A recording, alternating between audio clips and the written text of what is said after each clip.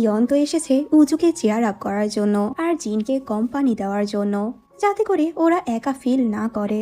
ইয়ন তো সেহিয়নের থেকে এই ইভেন্টের কথা জানতে পেরেছিল।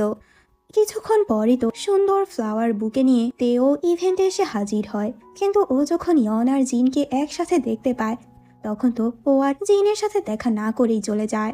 ইয়ন তো এখানে তেকে দেখতে পেয়েছিল, কিন্তু এ ব্যাপারে ও জিনকে কিছুই জানায় না।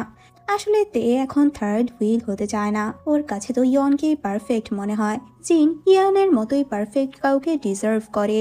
জিন ইয়নের মতো কারোর সাথেই হ্যাপি থাকবে। আর আসলেই তো ইয়ন খুব ভালো এক মানুষ ছিল, যে উজুকে প্রচন্ড আদর করত আর জিনকে মন থেকে ভালোবাসতো। ওর ফিলিংস খুবই সিনসিয়ার ছিল, ও সবসময় ওদেরকে স্পেশাল ফিল করাতো।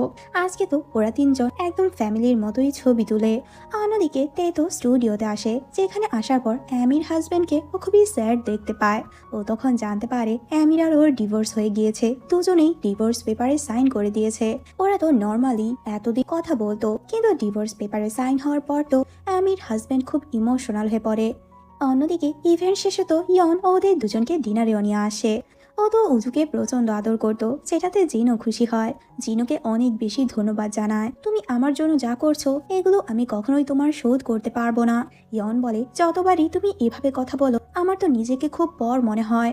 অন্যদিকে মোসিয়ং তো স্টুডিও থেকে নিজের সব জিনিসপত্র প্যাক করে নেয়। তে বলে, তুমি কি সত্যিই চলে যাচ্ছ?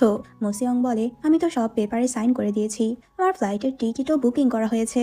তখন তে বলে, কিন্তু তোমাকে তো দেখে মনে হচ্ছে তুমি এখনো অ্যামিকে ভালোবাসো। মোসিয়ং বলে, হ্যাঁ আমি করি, কিন্তু এখন এসব বলে কিছুই হবে না। ও আমাকে পছন্দ করে না, আমি যদি ওর লাইফ থেকে চলেও যাই ওর কিছুই যায় আসবে না। পরদিন তো মোসিয়ং অ্যামির জন্যই অপেক্ষা করছিল। ও শেষবারের মতো অ্যামির সাথে দেখা করতে আসে। এরপর তো অ্যামিকে বিদায় জানিয়ে ও চলে যায়, কিন্তু ও চলে যাওয়ার পর তো অ্যামির মনটাও অনেক বেশি খারাপ হয়ে যায়। আজকে উজুকে ডে কেয়ার থেকে দুসকের মা পিক করে আনার কথা ছিল, কিন্তু হঠাৎ করে উনি একটু অসুস্থ হয়ে পড়েন, যার কারণে উনি আর যেতে পারেন না। ওরা তো জিনকে বারবার কল করে, কিন্তু জিন খুবই ব্যস্ত থাকার কারণে কল ধরতে পারে না, যার কারণে আমরা দেখতে পাই আজকে তো তে উজুকে ডে কেয়ার থেকে নিয়ে আসে। অনেকদিন পর উজু ওর আঙ্কেলকে দেখে অনেক বেশি খুশি হয়ে যায়। আজকে তো তে উজুকে ঘুরতেও নিয়ে যায়। এরপর তো নিজের অ্যাপার্টমেন্টেও উজুকে নিয়ে আসে। উজু আর তে একসাথে খুব ভালো সময় কাটায়। তে তো উজুকে অনেক বেশি ভালোবাসে। ও অনেকদিন পর উজুর সাথে সময় কাটাতে পেরে নিজে অনেক বেশি খুশি হয়। কিছুক্ষণ পর তো জিনের কল আসে। এরপর তো ও উজুকে জিনের বাসায় পৌঁছে দেয়। অনেকদিন পর ওদের দুজনের দেখা হয়েছে, যার কারণে দুজনেই খুব অকওয়ার্ড ফিল করছিল। তে বলে, দুজুকের মা তো অসুস্থ থাকে, এখন তো তুমিও ব্যস্ত, তাহলে এই কয়দিন আমি উজুকে ডে কেয়ার থেকে পিক করে আনি, যেটাতে জিনও রাজি হয়ে যায়। তে তো বাসা থেকেও সব জিনিসপত্র নিয়ে গিয়েছিল, কিন্তু ওই ল্যাম্পটি শুধু রেখে গিয়েছে, যেটার কারণে জিন আর তের দেখা হয়েছিল, আর যে ল্যাম্পটি জিনও প্রচন্ড পছন্দ করত। পরদিন জিন যখন উজুকে নিয়ে ডে কেয়ারে যেতে নিচ্ছিল, ইয়ন ওখানে আসে ওদের দুজনকে পিক করার জন্য। ইয়নকে এখানে দেখে ও একটু অবাক হয়ে যায়। তুমি এখানে? ইয়ন বলে, ভাবলাম তোমাকে আর উজুকে পিক করে নেই। আসলে ইয়ন তো ওদের সাথে বেশি সময় কাটাতে চাচ্ছিল। জিন ভাবতে থাকে, ও আমার জন্য এত কিছু করছে, আমি ওর ঋণ কিভাবে পরিশোধ করব। অন্যদিকে আজকে তে যখন স্টুডিওতে আসে, ও তো অ্যামিকে জিজ্ঞেস করে, আচ্ছা মোসিয়ং এর কি সবচেয়ে বেশি পছন্দ? আসলে আমি ওকে ফেয়ারওয়েল গিফট দিতে চাই। মোসিয়ং এর কথা শুনে অ্যামি আবারও ইমোশনাল হয়ে পড়ে। ও তখন তেকে ওর চোখের সামনে থেকে চলে যেতে বলে। তে তখন বলে, 13 তারিখ সন্ধ্যা 7টায় ওনার ফ্লাইট। ও একবার আমেরিকা গেলে আর কখনোই কোরিয়া ফিরবে না। আমি তো এমন অ্যাক্ট করে যে ওর এতে কিছুই যায় আসে না, কিন্তু ও তো মুসিয়ংকে প্রচন্ড মিস করছিল। মুসিয়ং এমন একটা পার্সন ছিল যে সব সময় ওর কেয়ার করতো। আর যখনই যেটার প্রয়োজন হতো ও কোনো কথা ছাড়াই ওর টেবিলের মধ্যে সে জিনিসটাই দেখতে পেত। ওর সবকিছুর দেখাশোনা তো মুসিয়ংই করতো। এরপর তো ও কিছু ফাইল দেখতে পায়, যেটাতে অ্যামির পছন্দ অপছন্দ সবকিছু লেখা ছিল। ও চলে যাওয়ার পরও যাতে অ্যামির অ্যাসিস্ট্যান্ট ওর সুন্দরভাবে খেয়াল রাখতে পারে। এই ফাইলগুলো দেখে ও প্রচন্ড অবাক হয়ে যায়। ও ভাবতে থাকে, আমি নিজেকেও এতটা ভালোবাসিনি যতটা মুসিয়ং আমাকে ভালোবেসেছে। অন্যদিকে আমরা বিএস ফুড কোম্পানির সিন দেখি। ওদের নতুন লঞ্চ হওয়া প্রোডাক্ট অনেক বেশি সেল হচ্ছিল, কয়েক ঘন্টার মধ্যেই বারবার সোল্ড আউট হয়ে যাচ্ছে। ওরা তখন ম্যাগাজিনে একটা ইন্টারভিউ প্রকাশ করার ডিসিশন নেয়, যে ইন্টারভিউর জন্য অ্যামি আর ওর অ্যাসিস্ট্যান্টকেও ইনভাইট করা হয়। আমি তো আসতে পারিনি, ও তেকে পাঠায়। ওদের প্রোডাক্টের ফটোগ্রাফি তে করেছে, আর এত অ্যামাজিং ফটোগ্রাফি ছিল সোশ্যাল মিডিয়াতে পুরোপুরি ভাইরাল হয়ে যায়। এরপর তো ওদের ইন্টারভিউ শুরু হয়। তেকে ওর ফটোগ্রাফির ব্যাপারে জিজ্ঞেস করে। ও নিজের ভাইয়ের কথা বলে শুরুটা হয়েছিল আমার ভাইয়ের জন্যই, কিন্তু হঠাৎ করেই আমি গিভ আপ করে দেই। কিন্তু খুব স্পেশাল এক মানুষের জন্য আমি আবারও নতুন করে শুরু করি। যদি ওই স্পেশাল পার্সন আমাকে না বলতো তাহলে কখনোই আজকে আমি এই জায়গায় থাকতাম না। যেটা শুনে জিন ভালো করেই বুঝতে পারে তে যে ওর কথাই বলছে। এভাবে বেশ কিছুদিন কেটে যায়। তে উজুকে পিক করে তুসুকের বাসায় দিয়ে যেত। আজকে যখন ও উজুকে বাসায় দিয়ে যায় তখন তো গ্র্যান্ডমার থেকে জানতে পারে জিন অনেক বেশি স্ট্রাগল করছে। আগে তো তোমরা দুজন মিলে উজুর খেয়াল রাখতে, কিন্তু জিনের উপর এখন প্রচুর প্রেশার পড়ে গিয়েছে। ও একা একা উজুর খেয়াল রাখছে, ওর পড়াশোনাও দেখাশোনা করছে, এমনকি রান্না বান্না, ওর অফিস মিলিয়ে ওর লাইফটা পুরো ব্যস্ত যাচ্ছে। ও তো রেস্ট নেওয়ারই সময় পাচ্ছে না। এরপর ও যখন বাসা আসে তখন দেখতে পায় সব কিছু এলোমেলো হয়ে পড়ে আছে। ও তখন ভাবতে থাকে একা একা জিন এত কিছু কিভাবে সামলাবে। পরের সিনে জিন যখন বাসা আসে তখন ও দেখতে পায় পুরো বাসা ক্লিন করা, জামা কাপড়, রুম, এমনকি ডিশ সবকিছু পরিপাটি অবস্থায়, যেটা দেখে ও প্রচন্ড শকড হয়ে যায়। এমনকি ও ডিনারও রেডি দেখতে পায়। একটা নোট রেখে যায়, তুমি ঠিক মতো খাওয়া দাওয়া করো। জিনের তখন মনে পড়ে আগে ওরা তিনজন একসাথে কিভাবে ডিনার করতো। এগুলো ভেবে ওর মনটা একটু খারাপ হয়ে যায়। পরের সিনে তে যখন শপিং এ আসে তখন ওর ফ্রেন্ডরা লক্ষ্য করে তে এর মধ্যে তো অনেক বড় চেঞ্জেস এসেছে। আগে তো ও নিজের জন্য সব কিছু কিনতো, কিন্তু এখন সবার আগে ও উজুর জন্য কেনাকাটা করে।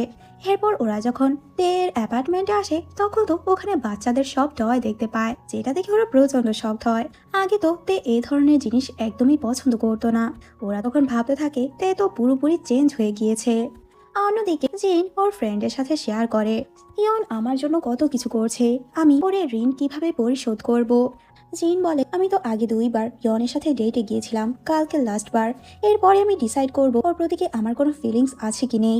এই উইকেন্ডে তের কিছু কাজ ছিল যার কারণে ও বিএস ফুড কোম্পানিতে আসে, যেখানে এমপ্লয়ি জং এর সাথে ওর দেখা হয়। ওর কাছে তখন মুসিয়ং এর কল আসে, ও মুসিয়ং এর সাথে এয়ারপোর্টে যাবে, কিন্তু জং ভেবেছিল হয়তো তে কোরিয়া ছেড়ে ইউএস চলে যাবে, আর 13 তারিখ ওর ফ্লাইট। অন্যদিকে আমরা ইয়নকে দেখি যে জিনকে নিয়ে ওই এতিমখানায় আসে, যেখানে ও বড় হয়েছিল। এখানের বাচ্চাদের ও অনেক আদর করত, ও তো সবার জন্য গিফট আনে। ইয়ন খুবই পারফেক্ট ছিল, লাভিং, কেয়ারিং, কাইন্ড, একদম সব কোয়ালিটি ওর মধ্যে ছিল। এমনকি ও দেখতেও বেশ হ্যান্ডসাম। অন্যদিকে তে যখন স্টুডিওতে আসে তখন তো অ্যামিকে প্রচন্ড ড্রাঙ্ক দেখতে পায়।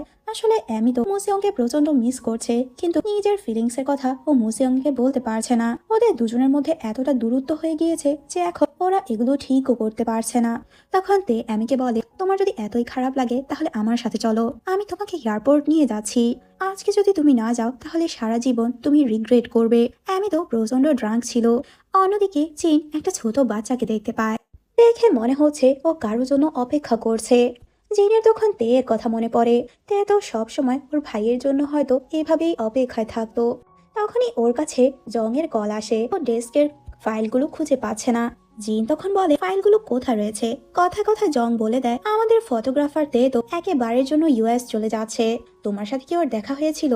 যেটা শুনে জিন প্রচন্ড শকড হয়ে যায়। ও তখন ভাবতে থাকে তে সারা জীবনের জন্য আমাকে ছেড়ে চলে যাচ্ছে, তাও আমাকে না বলে। ও তো অনেক বেশি স্যাড হয়ে যায়। ও তো দাঁড়িয়ে দাঁড়িয়ে এগুলোই ভাবছিল। তখনই বৃষ্টি শুরু হয়ে যায়। ইয়ন এসে বলে তুমি একা একা কি করছো, বৃষ্টিতে কেন ভিজছো। ওকে ওখান থেকে নিয়ে যেতেই নেয়, কিন্তু জিন ওর হাত সরিয়ে দেয়, কারণ ও এখন নিজের ফিলিংস বুঝতে পেরেছে। ও তখন ইয়নকে ছেড়ে ওখান থেকে চলে যায়। আর ইয়ন তো ভালো করে বুঝতে পেরেছে ও কার কাছে যাচ্ছে। জিন ছুটে এয়ারপোর্টে আসে। ও বারবার তেকে কল করে, কিন্তু তে ওর কলই ধরে না, যেটাতে ও অনেক বেশি ভয় পেয়ে যায়। এদিকে আমরা তেকে দেখি যে মুসিয়ং এর জিনিসপত্র নিয়ে দাঁড়িয়েছিল। আসলে মুসিয়ং আর অ্যামি তো নিজেদের মিসআন্ডারস্ট্যান্ডিং গুলো ক্লিয়ার করে, আর দুজনই দুজনের ফিলিংস এর কথা এক্সপ্রেস করে, দুজন যে কি ফিল করে। তেও তখন জিনকে কল করে উজুর ব্যাপারে জিজ্ঞেস করার জন্য, কিন্তু জিনও তো তেকে কল করছিল, যার কারণে ওদের নাম্বার ব্যস্ত আসে। জিন তো দূর থেকে তেকে দেখতে পায় আর ছুটে ওর কাছে আসে। ওর সামনে এত ব্যাকপ্যাক দেখে ও অনেক বেশি ইমোশনাল হয়ে পড়ে।